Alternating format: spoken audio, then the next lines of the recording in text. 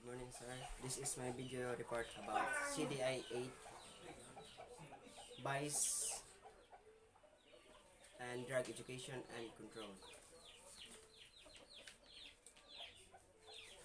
Vice and drug education and control is very important, and this is one requirement to pursue or to finish our studies about criminology. And vice and drug education, many knowledge of this subject will go up because it can avoid the individuals, or they can educate on how to be aware on those drug related. And we talk about vice. Vice means defined as any immoral conduct or habit, the indulgence of which lead to depravity, wickedness, or corruption. Meaning, vice is nakakasira sa ating, sa lahat ng tao or mga individual.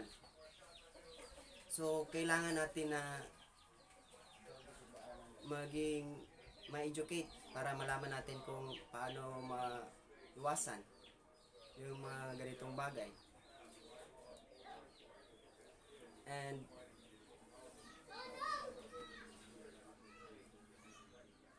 drug education defined, it is learning process that influence an individual emotionally, intellectually, psychologically, and socially, and may result in a modification of attitude that influence behavior.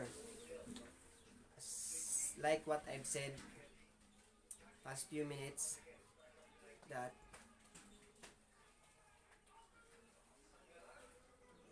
drug education is learning process. Marami tayong makukuha or malalaman tungkol dito kasi nakasaad na dito sa definition niya na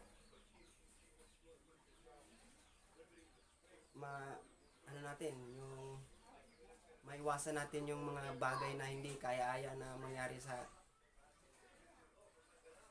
individual. And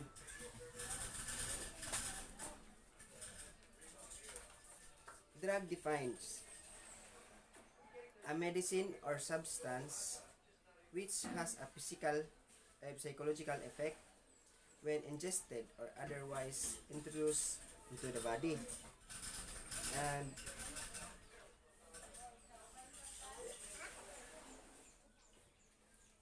there is a second definition.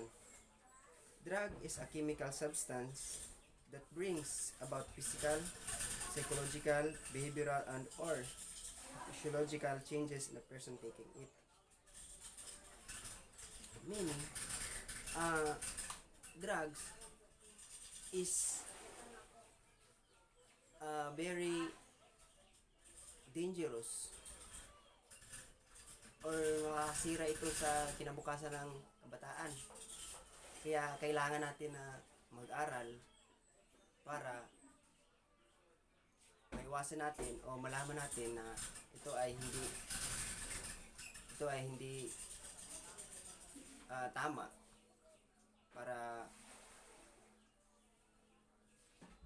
tama, para ma-aware tayo kung ano ang ating dapat na gagawin. And there's some method of examination na gagamitin. Number 1 is yung qualitative examination. Qualitative examination tells you how much the quantity of an analyte are present after the presence of nullity has been established. Quantitative,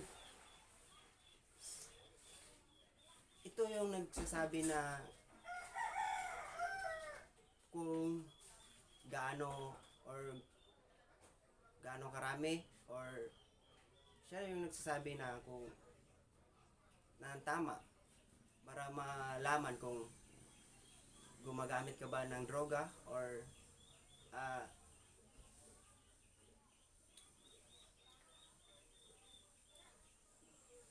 gumagamit ka ba ng droga, kasi hindi ito tama. And pangalawa is yung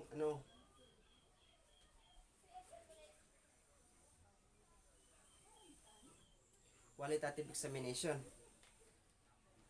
Qualitative examination defines a qualitative drug scene is used to detect the presence of drugs in the body and a blood or urine sample. Meaning, ito naman yung makikita niya sa screen kung gumagamit ka ba talaga. Then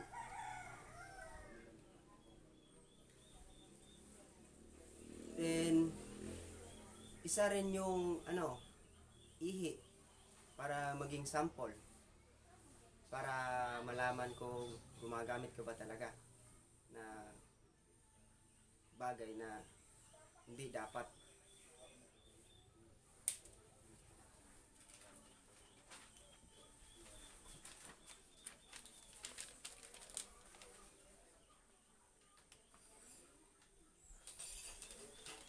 And we have the steps of common to qualitative and quantitative methods.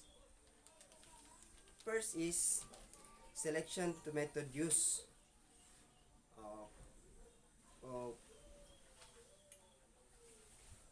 What method of examination to be used to conduct examination? Kailangan din natin malaman yan, kasi hindi naman pwede kung kahit ano lang gagamitin natin. Kailangan natin malaman kung anong gagamitin natin na method para ma-detect yung mga bagay na hindi kaaya-aya, like what drugs. Then pangalawa, physical test. A test to determine physical appearance of suspect items or drugs.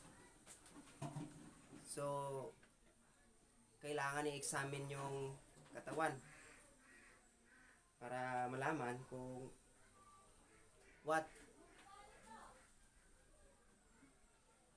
drugs they would use. Then pangatlo, sampling.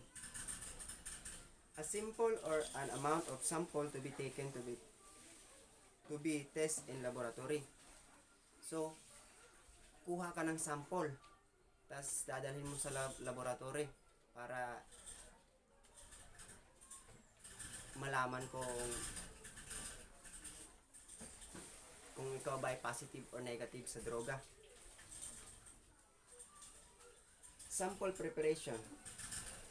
Packing or labeling of the sample and the chain is custody the manner of transportation must establish.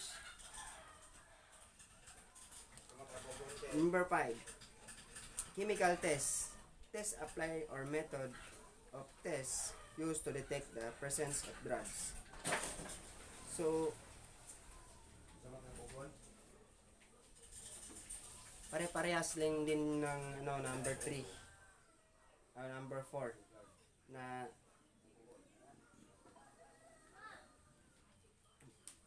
kuha na siya na i-apply na yung test to detect the drugs. Calculation and interpretation. Yung time, date, and the exact amount of the drug taking. And number 8, drawing or conclusion of writing report. Tas ito-drawing naman daw nung i-interpret and conclusion must be form of rating report for future references. So kailangan siyang i-drawing para makagawa ka ng report to put in the conclusion. And there are 7 categories of drugs.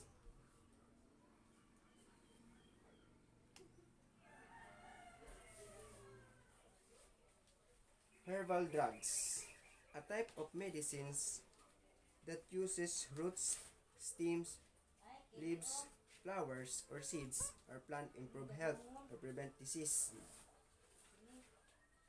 Ito naman yung mga tanim na pwedeng gamitin. Tinatawag itong herbal drugs kasi ginagamit din ito ng tao. Hindi naman ito makakasama pag hindi mo aabusuhin. Gaya ng marijuana, hindi naman talaga nakakasama yan. Kasi makakasama lang yan kapag naabuso mo na.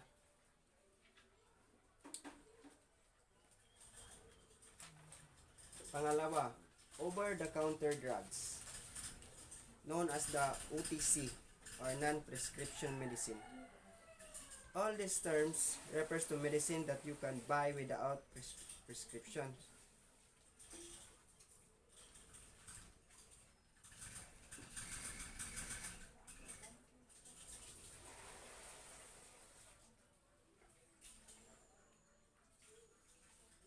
Over-the-counter drugs. For me, yung sabi na without prescription,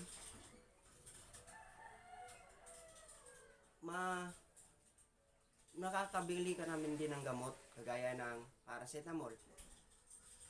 Yan ang isang example ng drugs na mabibili mo na without prescription. Kasi kailangan mo rin yan, lalo na kapag may lagnat ka or sintomas or sipon, para maagapan mo yung flu. Then, pangatlo, prescription drugs. Prescription drugs, also prescribed medication or prescription medicine. Ito naman yung mga gamot na prescribed by doctors. Halimbawa, may sakit ka, tapos nagpa-check up ka, tapos bibigyan ka ng reseta. Yan naman yung mga gamot na bibilhin mo kasi para gumaling yung sakit mo. Then, pang-apat, unrecognized drugs. Unrecognized drugs are commercial products that have psychoactive drugs effect but are not usually considered drugs. These substances are not generally regulated by law, except insofar as standards of sanitation or purity are required. Ray 1978 has called this non-drugs. Non-drugs drugs, coffee, tea, cola, drinks, and cocoa are examples.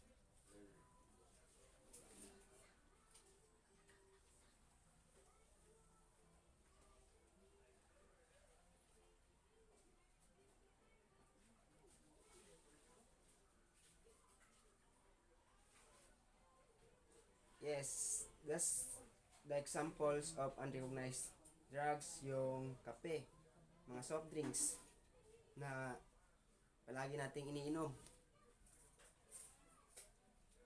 Unrecognized drugs pala yan. Ngayon ko pa nalaman. Then, pang-5, illicit drugs refers to the high active and illegal substances such as heroin, marijuana, and meth.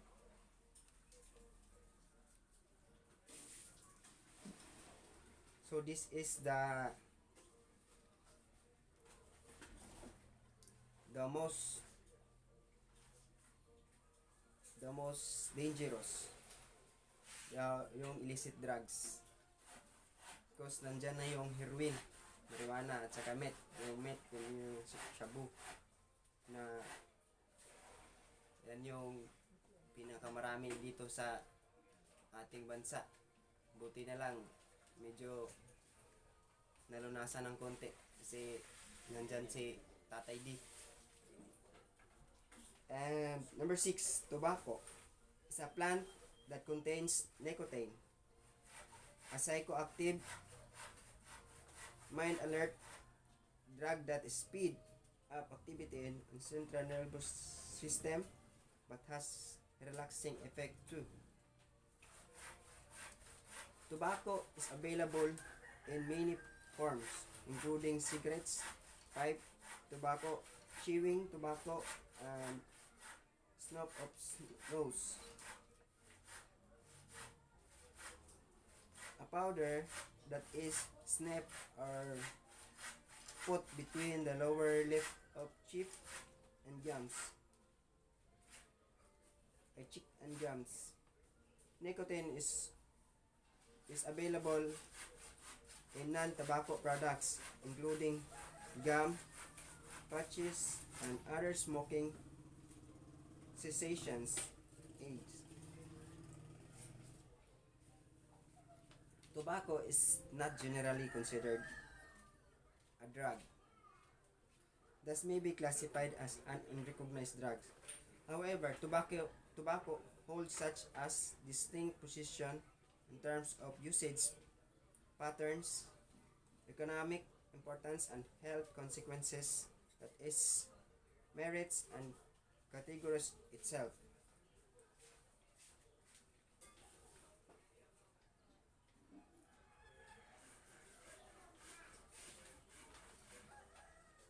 And number 7, the alcohol. A colorless, volatile, flammable liquid that is produced by natural fermentation of sugar and its intoxicating constituent of wine, beer, sprites, and other drinks, and also used to industrial solvent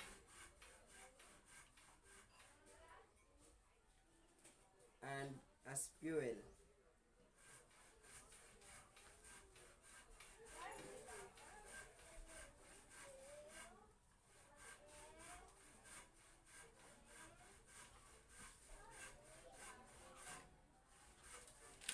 Alcohol pala ay kasali rin pala ito sa 7 categories of drugs. And pati rin pala yung mga wine, mga beer, mga spirits, and mga other drinks na nakakasama or nagdudulot ng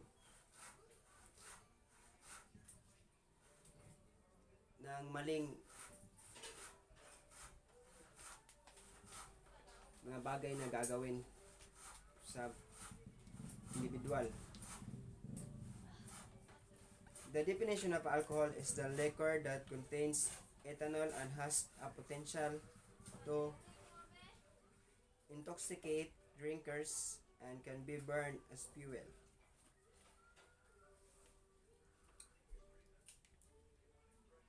Alcohol contains ni siya og mga ethanol has been potential to exotic or changes to the person taking it. Mura ra gyapon siya, parang drugs din siya. Kaya nasali siya sa 7 categories of drugs kasi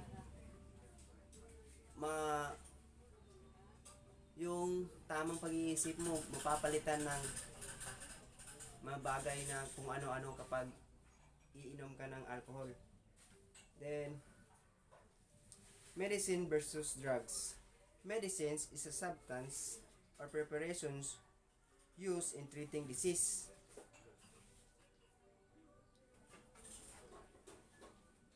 Yes, medicines. Mga ito gawa rin ito ng tao, medicines. Pero ito yung ginagamit natin para ma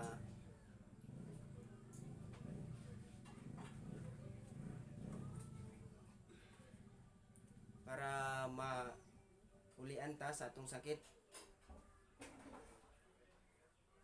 While drugs is any chemical compound either sanitized in laboratory or plant, animal or marine origin which has intended to bring changes in normal physical functions. Yes. Kay normal lang din yun na iinom tayo ng gamot. Hindi kagaya ng drugs kasi iibahin yung isip natin kapag gagamit tayo ng drugs.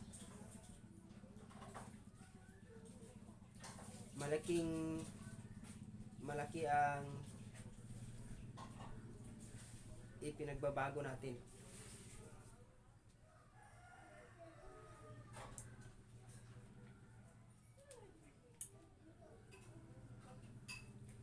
All medicines are drugs but not all drugs are medicines. Kaya nga, sinasabi ko sa kanila na mali ang paggamit ng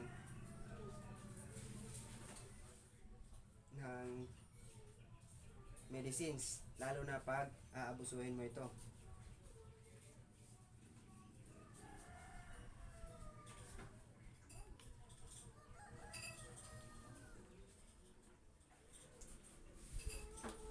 Thank you, sir, and that's all.